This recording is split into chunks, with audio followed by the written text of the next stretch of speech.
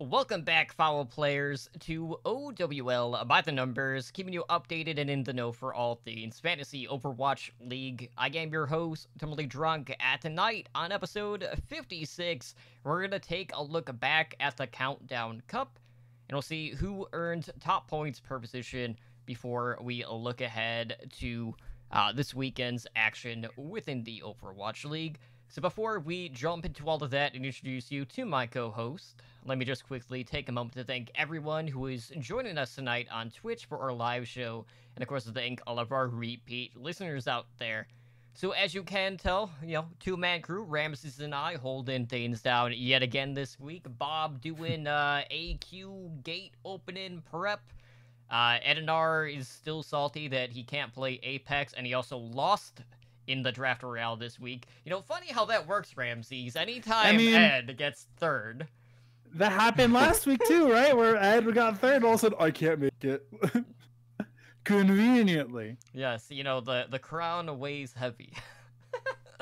Well, there's a lot of head for it to sit on as well. That is also true. There's definitely a lot of advertisement space there. Maybe he can give Uncle Egg a run for his money here.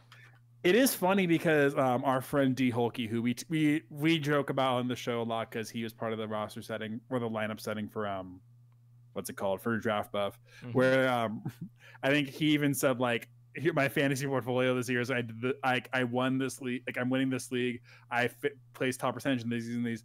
I beat Ednar in 2 out of 5 or 2 out of 3 leagues. That is now, we've gotten to the point where beating Ed is now just a benchmark to whether or not you've had a good season. I mean, if he was joining the Royale every week, he could. He did join the Royale every week. No, I was talking about Hulky. Oh, if he had joined, then he could have bumped that number up, on that resume that he's holding. Because when we look at it, we're 2 wins over Ed, not that impressive. But he's not here every week. It is what it is with that, unfortunately. I know with getting fantasy over stuff is kind of hard. I think unless you're one of the more established contests, if you're Sideshows contest, or I think Draft Buff, getting a new weekly, one rolling all the time is a little bit more difficult, or I guess a little bit harder now. So we take what we can get. But going over the games, so last week we and I talked about all right, there's a lot of upset potential here. There's a lot of games that could turn out to be really, really fun, and pretty straightforward weekend, unfortunately. 3 Overwatch NA. Let's go. Yeah, that's 3-0 NA. I mean, what was nice was that we did get, so the games that ended up being, I think, the big scorers were the Dallas Fuel versus Washington Justice game, and the LA Gladiators versus the Toronto Defiant game, at least as far as the opening round goes. I don't think point totals get big again until you get to the final match with the Shock and the Fusion. But I'm kind of bummed now because now we don't know what the heck is going to go on now that we're going into another new meta, because I thought hero pools were done, but unfortunately they're back for 2 more weeks. And you had certain people we could rely on Tuba to get decent points now, but Tuba is not going to be playing Genji anymore because Genji's going to be garbage. All of our agilities, I think, is going to go back onto the dustbin because we're not playing Genji anymore. So it's going to be another weird week for Fantasy Overwatch because I don't think anybody knows what the heck is going to go on. Yeah, and just to bring it back here really quick, we speculated with Dallas, especially, we heard everything going on with Crimzo behind the scenes and, flying out to visit his mom. We thought he wasn't going to be playing, and then sure enough, here he is starting for the Dallas Fuel against Justice, and then just wait, hold on, because, we had that narrative, and I know I even tipped Justice because I figured Crimzo wouldn't be playing, and with all the inner turmoil going on within that camp, that, the Justice had that upset potential. And while it still was an entertaining series, because Crimzo was playing, then I immediately regretted my decision of tipping the Justice. I know, I was right there with you. You and I were texting where they showed, we were messaging on Discord, they showed that all right, so Crimzo's going to be in the lineup. We're oh, well, that goes most of our tip for this weekend about tilting towards the Justice. But you got to give credit because the Justice put up a really big game. If Doha doesn't frag out at the end and like win that last match with just his Genji blading, I think Washington wins that map or wins the game. That, and then I know Ed has slandered me many a time on this podcast, but Aim God also had a very good game. Aim God played really, really well. Janu did not get very many points, I will say, and neither did Roar or Arc or Stitch, really. So it's yeah. So the Aim God Defender Club, me and Hulky, is still over here, not thriving. We are anything but thriving at this point, but we're still together. You know, as long as you're getting some points, you know, still better than nothing. I'll take some points. I mean, a lot of the value picks that you and I put together this week kind of failed to really have, you know, the value, like the reason we were picking them. I know that you and I were both, I think, I don't know if you also went on KSA, but I know I bought in on KSA. I did not. Figured, yeah, KSA has kind of had like the scoreline of around like 45 every single game. And at least from what my memory serves. And just to make sure I bring this up correctly, KSA did not score crazy well. Yeah, he got 43. What was most surprising to me, because I ran Agilities, who had 96, KSF at 35, KSA at 43, McGravy at 78, Chara at 107, Shaz at 98. What was surprising to me was KSF, because KSF played Genji for, I had thought, like a decent amount of maps. But I guess he only played it for 2 maps versus Houston. I guess I thought he played 3, but he played only 2 maps versus Houston, so he got crazy low points, which I think really shot me in the foot for this week. Well, you know, I was just there to pick up the slack to take the win. But anyways, let's take a look at the top performances of the Countdown Cup. So looking at the damage dealers, you know, I have to say, like, there's a lot of APAC here, really across the board. But yeah, there is one person in particular that played the spoiler, and ruined Apex fun in this case, but more on that here in a minute. So looking at the damage dealers, it was Happy from the Guangzhou Charge, leading the way at 150.73 at a cost of 75. Followed by 2 Seoul Dynasty DPS players. You got Profit at 140.8 with a cost of 67, and then Fitz, the other part of Profits, was 138.62 at a cost of 53. And I have to say, like, the entire season, Ramses, I've looked at the Dynasty, and every time, you know, I go to, like, hit the plus to add them, I immediately go back. Like, you know, I just haven't been able to do it. I think you can quote me on this show from last week where I said, I think Hangzhou stands a decent chance to actually run through this tournament. I think Hangzhou could actually make it past Seoul. And you didn't laugh at me because you're a reasonable person, not like Ed. But it's just, again, Seoul has a lot of restructuring to do. I think they're probably the biggest disappointment this season. I guess all around, if you want to say. But still, like, Profit pulling out pretty big points. Same with Fitz. Fitz has really been off and on too, because I know, like, Fitz was like a sleeper good pick for fantasy drafts at the beginning of the year, and then he just hasn't really clicked that well. I do think Seoul tends to look better whenever they can run something based off a double shield. But Happy being the top damage point getter is pretty surprising, I would say, considering that, I mean, Fletta's been up here for so much. I would have assumed Fletta would have stayed in. Right. Yeah, I don't know. It's just one of those situations where, you know, it's funny knowing that, you know, Spark nearly ran the table in the bracket because they did get to the finals. But, you know, it's the Dynasty who outpointed them basically across the way. And they outpointed Hangzhou as well. Both DPS outpointed Hangzhou, even though Hangzhou is the one who actually won that series. And then same with Guangzhou, actually. Like, Guangzhou with Happy had the most points but even though like they lost by 1 map, so APAC points are in a weird spot. Like the bummer of it is that they tend to consistently get pretty good points, but they always are really expensive. Oh yeah. All the good APAC players are really, really expensive. And it's only getting worse. Always. Morsel Dynasty players, actually. Badoshin came out top 3 at the support position.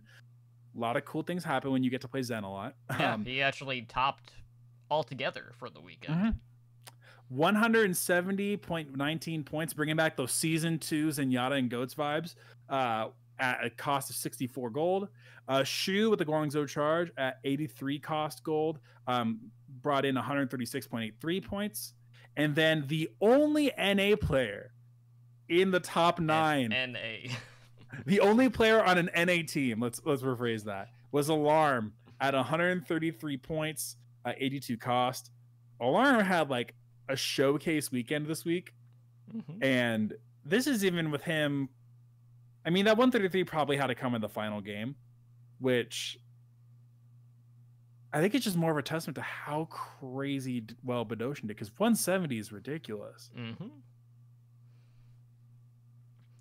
Yeah, unbelievable. But I have to say, like, just seeing the amount of Zenyatta play that we saw throughout the Countdown Cup definitely put a smile on my face, just because haven't really been seeing too much of him really across the season here. But, you know, Alarm MVP candidate really had an awesome showing throughout the weekend. Some absolutely nutty Ana sleeps really like across the board. That actually reminds me, I think that Alarm gets more points if he gets to play Zen more, because he played Ana pretty universally. Maybe some BAP as well, but he played Ana a lot. Yep, so looking at the tanks here, again, APAC running the table. It was Void coming out on top for the Dragons. Not surprising. 139.74 at a cost of 84. Minor note, that is not going to stay the same. He's 89 this week. You know, still going up. Like, he's one of the most expensive players across the board, regardless of position. But not too far behind. We actually have his main tank, Fearless, in the top 3 at 114.88 at a cost of 68. Pretty damn good total for a main tank, especially this season.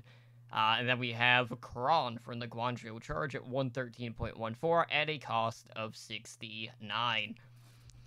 And, you know, it just comes to show, like, we've seen a ton of these Zarya compositions in APAC. It happened earlier than what we saw with NA. NA kind of getting there a little bit late compared to, you know, the other region, but, you know, we really started to see a ton more Zarya compositions coming out in NA in this particular tournament.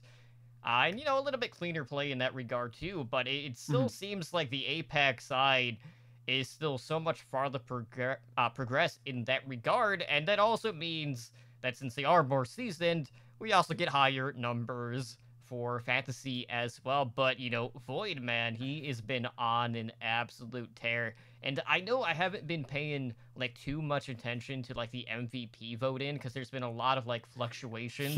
He bubbled back up from what it sounded like. Like, overnight, he went from being, like, 5th or 7th to, like, back into contention. Let me bring it up. Because the same thing happened with Flood Up, where, like, at the very beginning, the French Foreign Legion made sure to push the XE vote like really, really, really hard. And then now, and then like once we met, like we got normal hours for Asia, all of a sudden, why is it? Come on, there it is. Fleta like rocketed to the front.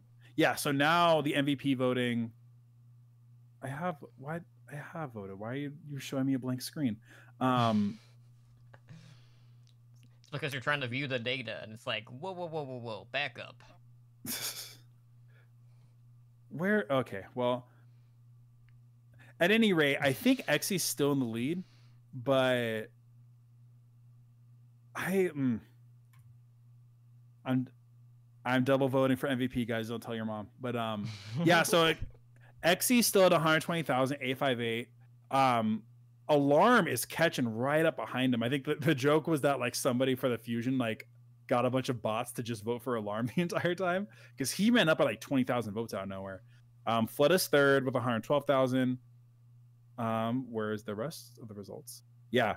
And then Void, it goes Carpe at 97,000, and then Void is a distant fifth at 67,000. But he's still like, he has a 45,000 vote lead on Choyobin. Although, you know what's sad to me? We were talking about, so Void, Fearless, top 2 tanks. Krong, our number 3 tank, who again, Krong has been great all season, really star performer, really held down the charge. Krong here has the lowest amount of votes with 3,292. Ouch. Which, like, that's brutal. I mean, Krong deserves more votes than Xe, in my opinion, but I don't know, man. And granted, the MVP vote only counts for about 25% of the actual vote. Mm-hmm. Like, the fan vote only counts for 25%. Otherwise, XQC would still be winning MVP 2 years out from the league. But and people would still be using the wrong hashtag.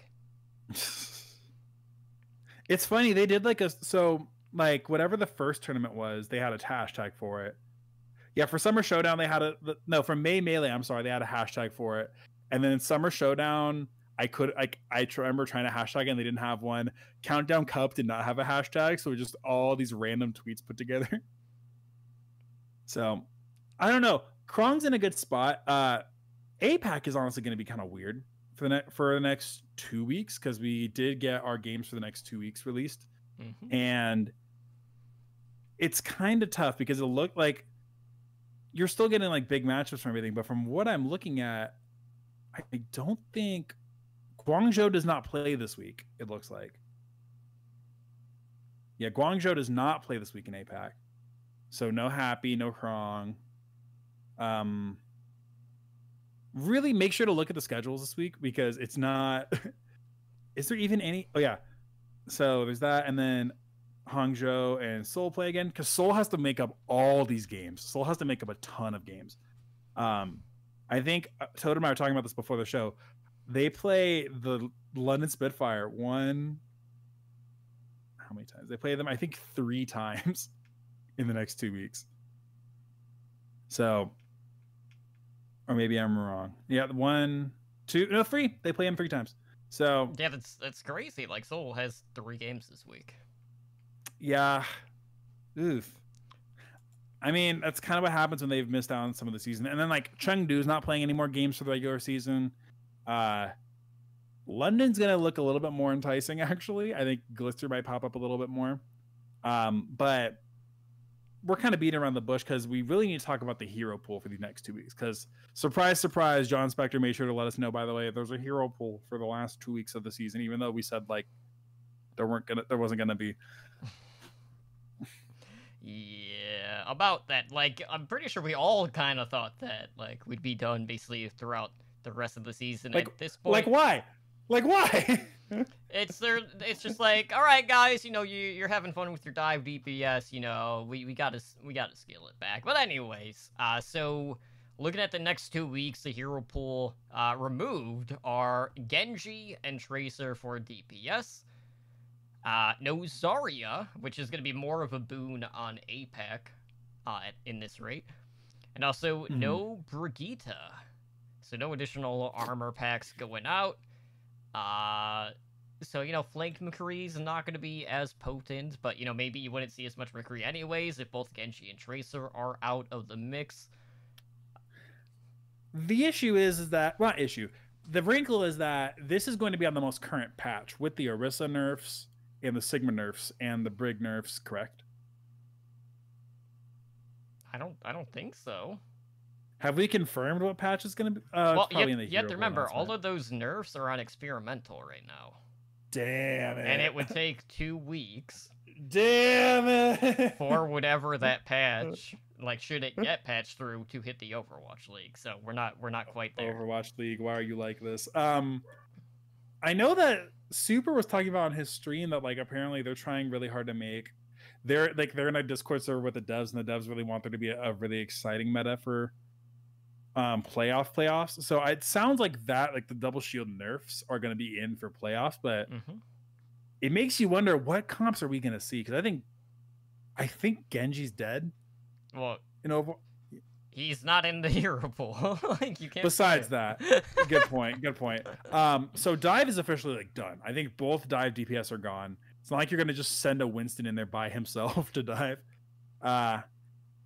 You maybe think we go back to Reaper May, or no, maybe we go back to a poke comp with the Widow. It kind of depends. Like, there's definitely combinations that you can think of, like the May Reaper with the kind of like snowball composition. We could still see like Sombra coming into the mix, either paired with like, you know, Doomfist or Ashe. In this case, we could see the poke with Widowmaker. But, you know, if I'm basing things off of my game, like, I would not be surprised if we still keep seeing Junkrat popping up, especially on Control. The rat comes back. He's been... Every game, Ramses, I have played this week, there has been Junkrat in the lobby, and I'm just like...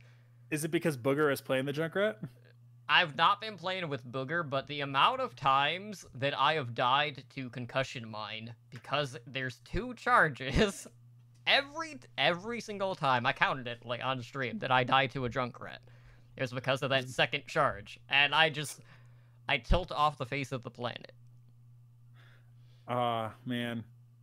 The life of a tank player. It's miserable, and yet we hope for more. It's maybe the Junkrat. I definitely think you'll see some Junkrat on your Anubis, your Volskaya, maybe. A lot of your 2 CP maps. Mm-hmm. I still like. We're probably still gonna see Orisa, Sigma. I don't think they're going anywhere. BAP is still probably gonna be there.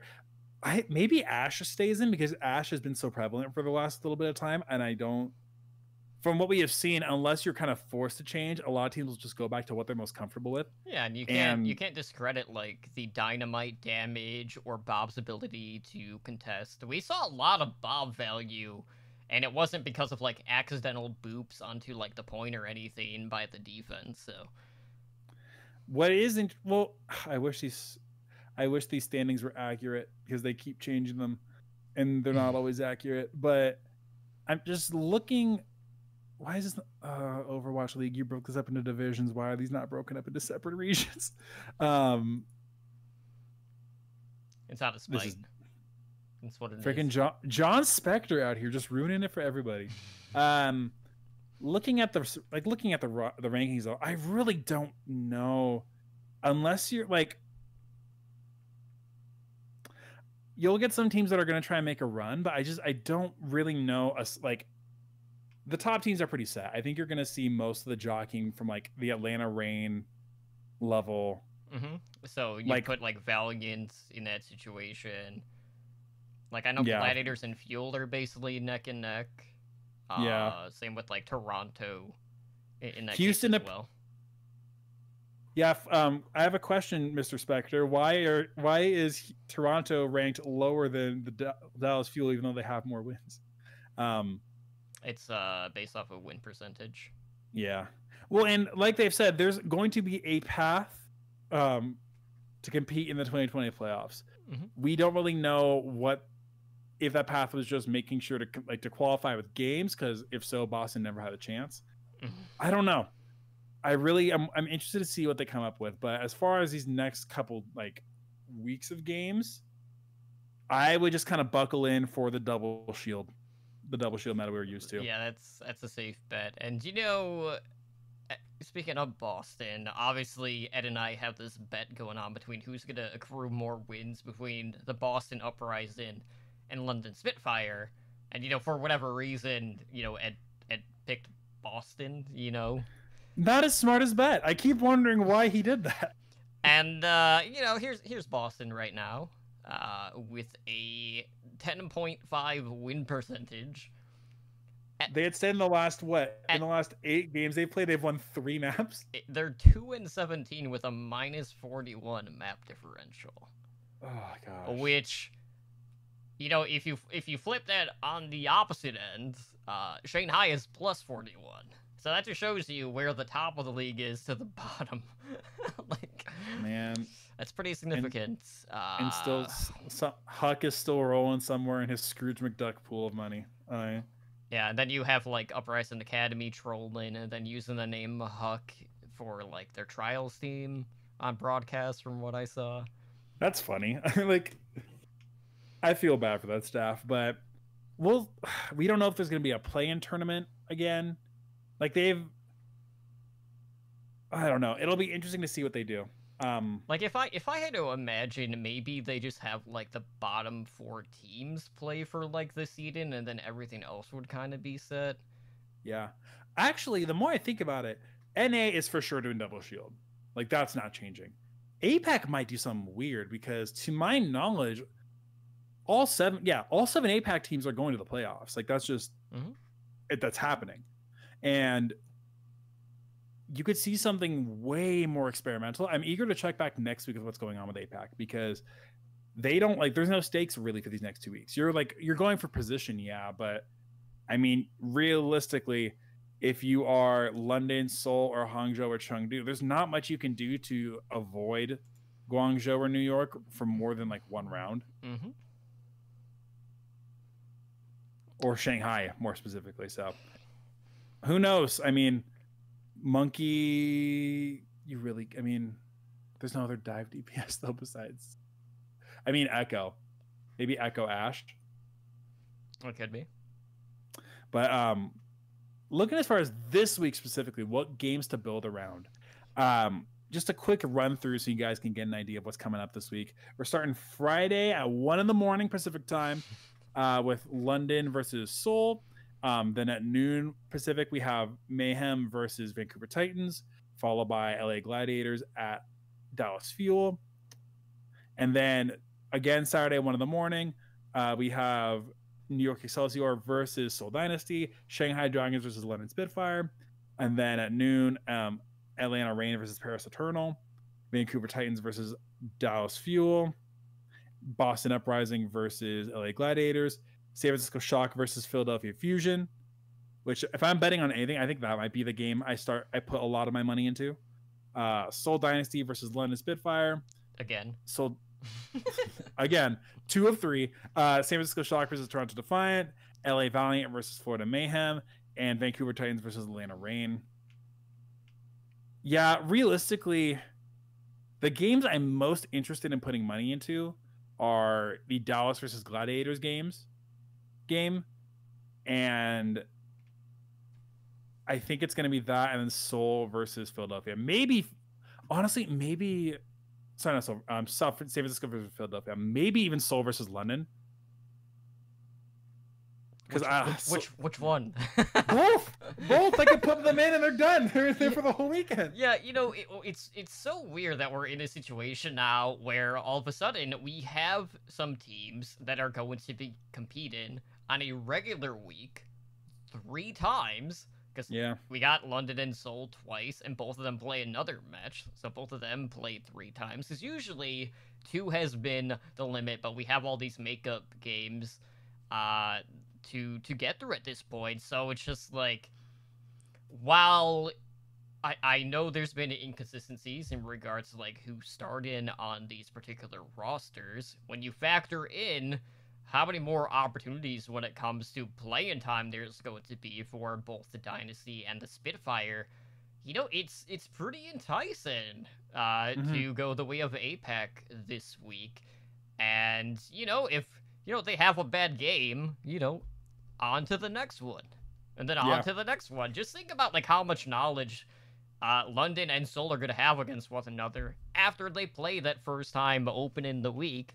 And then, you circle back to, Sunday. And we're basically back to square one. It's like a good opportunity to rebound if you do, lose that first round or that first set of games. But, from a coaching perspective, you have to think, like, it has to be a bit of a nightmare, because it's not really tournament play per se, so you don't really have bonus wins on the line. So I don't know, like, what sort of, like, preparation practices we're going to see, but I would imagine, since these teams are playing each other twice, you're probably not going to be seeing a ton of substitutions, because they're going to probably be playing on similar maps. probably running the same comps because that's what they had to practice on. So I don't think we're going to see anything too out of the ordinary in regards to that, where all of a sudden, we see like Illicit coming in, or we see, I don't know. I can't think of anyone else at the top of my head, but like we've seen DPS rotation. Creative is still on that team. Yeah, like Creative over Bogosian, at this point. Oh man. Well, what's interesting to me is that this would be a perfect time to play Michelle or Marvel. The problem is, who are we gonna see? Because after running Michelle for like the last 2 weeks and like Michelle looking pretty good, Marvel came back in for the start. And granted, randomly switching around players is the Seoul Dynasty mantra. They've been doing it for forever. It doesn't matter who the coach is. But I agree with you on those two games really being the ones you're interested in. I think Glister is a really good pick this week. I think same with, like, if you want to make Bogosian, you're a high buy support. Mm-hmm. Like, I'm trying to think of who else I'm like excited to run in this, because it's not like the other London DPS have been consistent in results or really in who's playing. Because again, Shui played Genji for like the past couple of weeks, and all of a sudden all those in on the Genji this week. I think Sanguinar might be a good value pick for your support. Fitz and Prophet are still probably reliable to pick. I do want to mention something really quick that happened here recently. Dynasty actually promoted one of their contenders players from Genji Esports, who is an off-tank player, to you. I am petrified that one of these weeks, when we're like hyping up, Marvel or Michelle, that they just bring into you all of a sudden, and then we're just like, WTF? If it's gonna happen, it will happen during the second game. I think they go in, they stomp London the first time to make sure, and then they're gonna try and bring into you in for game 2. I don't know. Seoul's the freaking worst about this. Seoul versus New York also has some potential. As far as that's more on the New York side, I think. As far as who is going to score well. Gladiators versus Dallas, I still think Paintbrush is a good buy right now. We know Decay's not coming back in, so I think Oni God isn't a bad pick either. I have a hard time picking anybody who's not even Shaz, because now they've shown they keep wanting to run Mirror on different roles. So like Space isn't a safe bet, Big Goose isn't a safe bet. I think Birdring I actually like still, but right. Though I think I would still be confident with Birdring, maybe Oni God on the other side. Doha if you can afford him. Crimzo if you can afford him. For the low cost of 90. Yeah. Other than that, there's not a lot of games I'm really interested in building around. Florida versus Valiant, I think is kind of a trap game where Florida's just going to wipe him. Valiant has not looked great. Even with that win over the Outlaws, they have not looked amazing lately. Mm-hmm. And then Atlanta versus Vancouver should be a stomp. San Francisco versus Toronto should also be a stomp. Vancouver versus Dallas should be a stomp. I think Atlanta Paris would definitely have some potential, just because like that's a 3-0 Paris though. Like more than likely. More than likely. I mean, Saucy's been playing a lot more too recently, and that's the other problem is we don't really know who to even start on Atlanta. Except for probably Gator and Hawk, or Gator and Hawk and Dogman. They still have Sharp on that roster, by the way. They do, and he still costs an absolute shit ton at this point. Kodak costs 90 gold, by the way. Yeah, it's interesting that like some of the numbers really haven't adjusted yet. Like on average, we're seeing like 2 to 3 point adjustments for like the people that are actually playing. Well, it's Atlanta specifically, though, which is weird because, like, FRD is still 70 points. Baby Sharp is 82 points, like you were saying. And then Baby Bay is still 76. And then Kodak is 90. And then I remember Fire being up high. Fire's 65. I don't think Fire's probably played a little bit. It's an Atlanta specific issue. It's not with any of the other teams. All the Atlanta backups are all like way expensive for some reason. Yeah, it's a weird thing. So just keep a close eye on that. But you might have to tweak a pick or two to like make sure you have enough cap space. Just because player costs are going to be a little bit higher after the Countdown Cup. In this regard. But looking ahead, Ramses, let's make some predictions here for this weekend. So the first match we have Friday, 1 a.m. Pacific time, London Spitfire versus the Seoul Dynasty. This is Act 1 of this doubleheader, so to speak. London, very middling, Seoul still very confusing at this point, but who you giving the nod to in this particular match? I'm giving it to Seoul on the first bit. I think I'm pretty confident that Seoul, like at this point, is going to say, "Look, we need to put our foot in the gas." They're playing New York this week as well. I think that they're going with the intention of we're going to try really hard for New York, but we're just going to make sure we beat London. Mm-hmm. Now, these two teams have only faced each other once so far. And the Dynasty took that one 3-1. Yeah. That's the thing, is that London has a lot of good pieces. I think they'll be a very interesting team next season. But they just I don't think the ceiling, I don't know. It's Seoul that's the problem. Seoul is anything but consistent. I could see Seoul falling apart. I do think they win at least one of these games.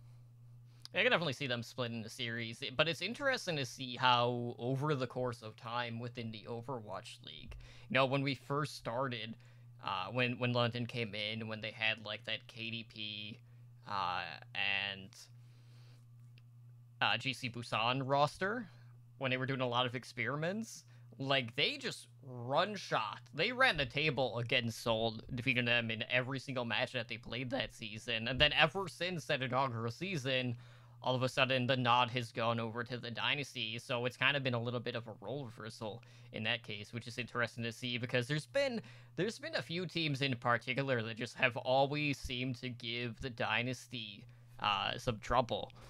So we'll have to see whether or not Dynasty can continue to build off of the momentum that they have picked up here so far. But I would give the nod to Dynasty in this case. Probably will follow similar scoreline with a 3-1. Do we think that Slime actually plays at some point this weekend? So, of all the people that not sub in, Slime's the one that's confusing. If Brigida is out, it's a matter of, okay, are we playing Bap Zen? Bap Anna? Or Bap Lucio? I don't know. My heart tells me no. Man, Slime's just sitting there rotting away on that Seoul roster. Going to the team of his dreams just to not even play once while freaking Michelle and Marvell play musical chairs. I hope we see Slime. I hope he gets, if not, I hope he gets to go somewhere where he's going to start next year. No disrespect on Toby. I think it's well known that we love Toby. Mm-hmm. But the Soul Survivor Toby? That Toby? Bro, Slime, oh yeah, freaking now that Harry Hook is gone, Toby's the only original member left on a team at this point. Yeah. I think Seoul wins this first one. Maybe London gets the second one. But going on to the second game we're going to cover, Atlanta Reign versus Paris Eternal.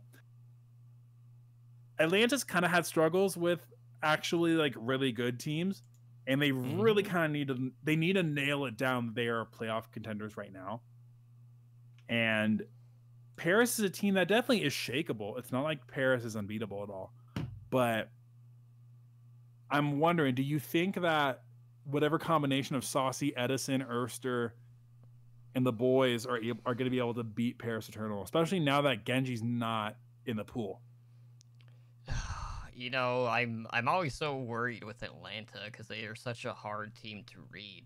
Like they basically like started Baby Bay Airster the last time these two teams played, and that one was 3-1, in favor of Paris, which was mostly I'm trying to remember.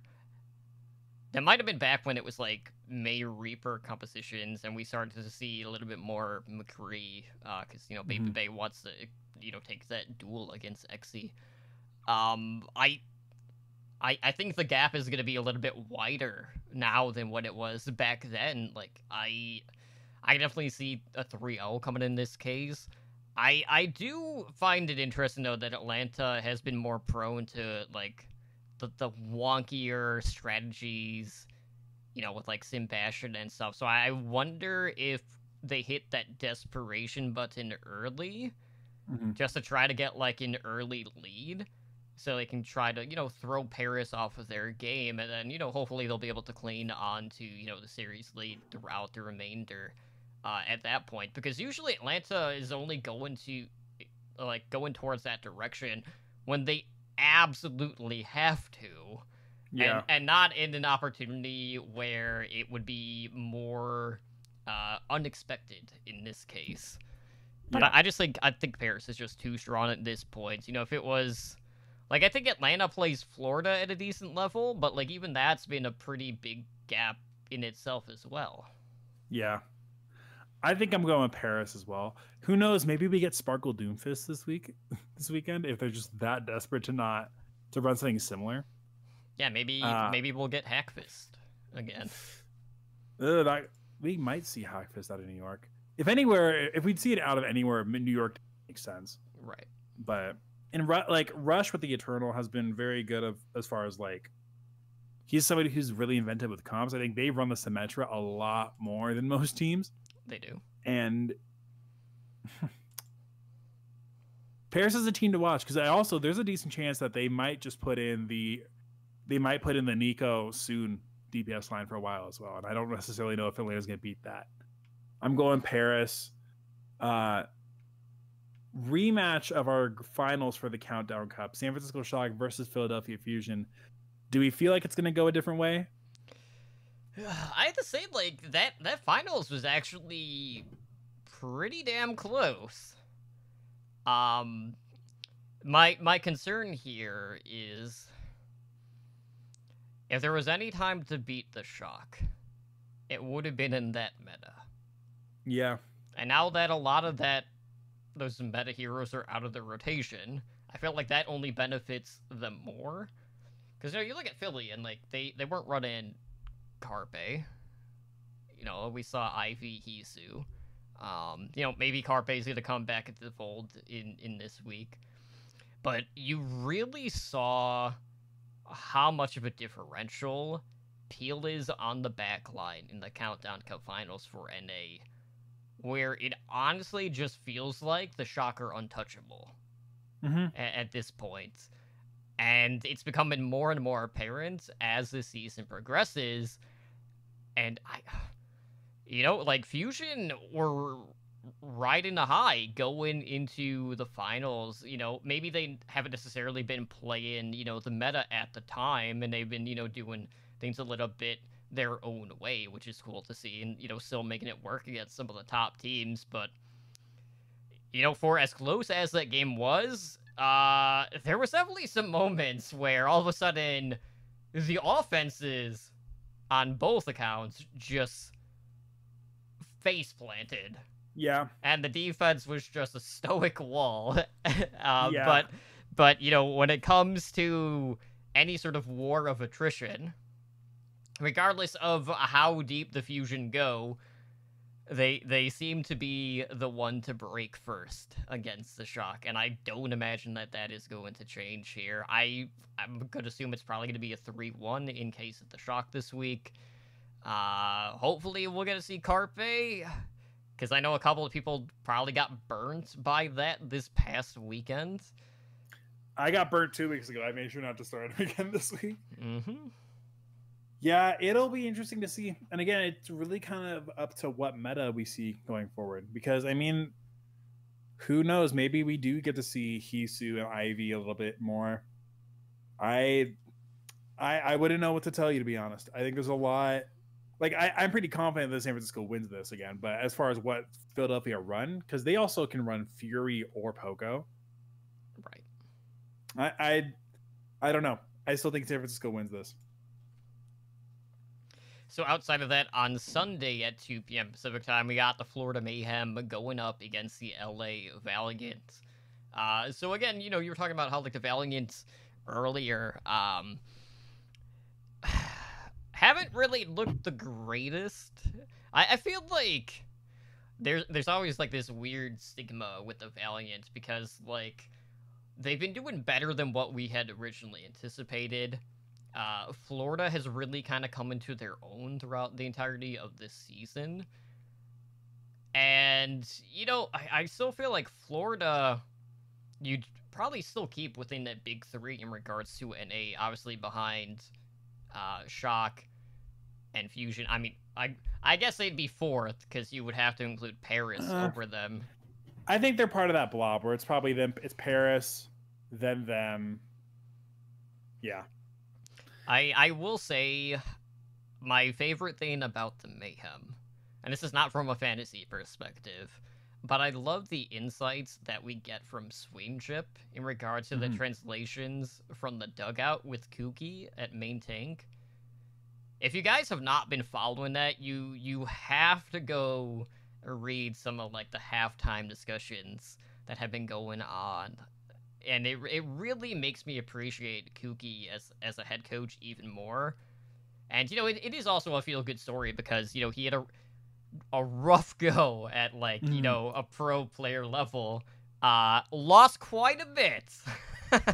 But, like, we've seen him really turn things around and find pretty damn good success, at the contenders level, and now also within the Overwatch League at a head coach position. So good turnaround story for Mayhem, and I really feel like while this may not necessarily be their season to win it all, we have seen enough improvements, and it really seems like, this season, this team has found its identity. So a lot of good building pieces for them to look ahead to the future where, we could see them competing for the championship here at some point. Yeah. Paris is like, I definitely think Kuki is in hard contention for Coach of the Year. Or if we could somehow give him the Comeback Player of the Year award.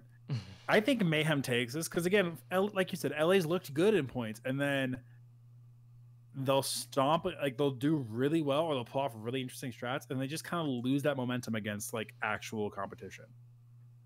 And I think people have really figured out the rotation of KSP, Shax, KSF, and I think we're starting to kind of see what this roster actually is. They're very well coached, but I think that we're in the point of the season where pretty much everyone knows what the Valiant are. They've kind of seen what most of the bag of tricks is. So unless Packing 10 can really come with something fresh and new, I don't know if I see LA being able to outpace Florida. Now, I will say Valiant did win the meet in the last time these two teams played, and that was in a Widow Tracer double shield meta. Obviously, we're not going to be getting the same sort of compositions. In that regard, we could still see the Widow coming into play here, but it would be very easy to just be like, all right, Tracer's out, let's just sub in Echo at this point. You run Shax's KSP in this case. They still have a chance here, but it's just a matter of how did the Valiant respawn? Because every time that they've been getting knocked down, it just seems like they haven't necessarily been taking those steps forward to improve off of that, where they have just kind of middled out within this particular region, whereas, Mayhem have been keeping pace at least. Yeah. Mayhem is usually able to compete. I think that it'll be weird to see what comes out of this, because does Yaki go from being like a fantasy superstar to being back to kind of normal score? Because he's not in the Genji, and he really wasn't doing big numbers with the May either. Same with BQB. BQB could still play like a longer range hit scan, or it may be back on the Reaper. So I don't know. I mean, I'm confident that Florida wins this, but I'm interested to see what comes next. Yeah, I mean there is a little bit of a redemption arc because I'm sure like out of the losses that the Mayhem have taken, losing to someone that's more in the middle of the pack is going to be a sizable blow, more so than just getting like blown out by the Shock, I would imagine. Yeah. But it's going to be an interesting couple of weeks. We'll have to wait and see what compositions we're seeing. We're still expecting the double barrier. It's just a matter of what sort of DPS duos we're going to see. And what are they going to pair with the Baptiste? Because we've seen so many different variations in regards to the backline compositions that who the F even knows? It's... I wouldn't put my money on Ana if Genji isn't in. Yeah. Well, and hey, I mean, does Chris get to stay in the whole time, or does Byram come back in? That's been the issue with Florida lately, is like the support line has been hard to track. Fantasy-wise, I mean. Right. Outside of like Game Engine. Gangbang Gym. But anyways, we'll have to see how London and Seoul are going to be doing with their marathon run, doing their 3 games in the weekend. Keep an eye on that, as well as the schedules ahead for all these makeup games that should be happening.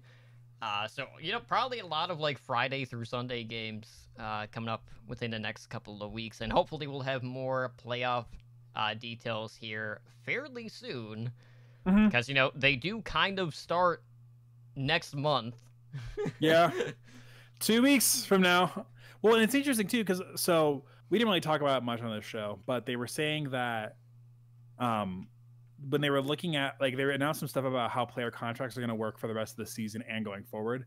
And part of it are dates that I think on like September 20th or 21st, around there is where teams that are eliminated can start reaching out to other people. Mm-hmm. But they made sure to say like, teams that are eliminated. So playoffs, I think, are going to be around late September. Well, they basically said, hey, we're going to have like a 2-week break. But yeah, but I mean, like, we're going to do like whatever this play-in tourney is, probably at the end of the month. Mm-hmm. If that, maybe early September. And then I want to know the dates so I can put in vacation time. Bro, I got lucky because I put in a week, and I had a very real thought, like, I could be gone the week they do finals. And then thankfully it sounds like that's going to be near the end of September. Yep, hopefully we'll have more details on that soon. But that will do it for us here tonight. So if you guys want to help us out, please do us a favor and head on over to iTunes and write us a review. Let us know how we're doing and if there is any sort of fantasy-specific stuff you guys want to hear about on our podcast to make for a better listening experience for you guys. And of course, just as a quick reminder, Ramses and I have been doing Overwatch Recall. We had our first episode back this past Wednesday with our relaunch. Basically trying to make everything like 30-minute episodes covering general Overwatch, esports news, as well as things happening around the podcast scene. And of course, on Monday nights, we've been doing the Weekly Recall, which is the podcast listing. So with the podcast directory, Weekly Recall, basically all of our like network stuff can be found now on the Overwatch Recall site at owrecall.com. So, on Wednesdays, not only are you probably going to be finding new episodes from this show, OWL by the Numbers, but, you'll start to see more like heavy releases Monday through Wednesday from us in that case. But Ramses, why don't you let our listeners know how they can directly support our show? Will do. The best way to help us out is to throw some additional support on our Patreon. Helps the network grow, keeps lights on around here, makes it easier for Totem to actually do the things he does. Tiers just start at $1 a month, so it's really easy to join up. And if you want to join, you can find it over at patreon.com/OWL Network, where you too can join the likes of our master and above patrons such as Daniel, Owl, Kesha, and 044, who are helping our network grow every day. Absolutely. And then Ed's not here, but I can do the contact info as well. If you want to get in contact with the show or pretty much just anybody else on the net, well, any question about the network or the show specifically, you can hit us up on our email at contact@owlandshow.com. Our Twitter for this show is at owlbythenumbers. Website for pretty much everything going forward is going to be at www.owrecall.com. That's going to be the online home for all of the shows, as well as Overwatch Recall. YouTube is at youtube.com/Overwatch League Network. Discord, come join the fun with the Discord. We have some great times. We all watch Ed bully people occasionally, and we all pile on me for my bad tank play. Totem and I were playing a game night earlier this week where Ed put off a really dumb charge, and then I managed to charge after him and I completely miss him with the wrong shoulder.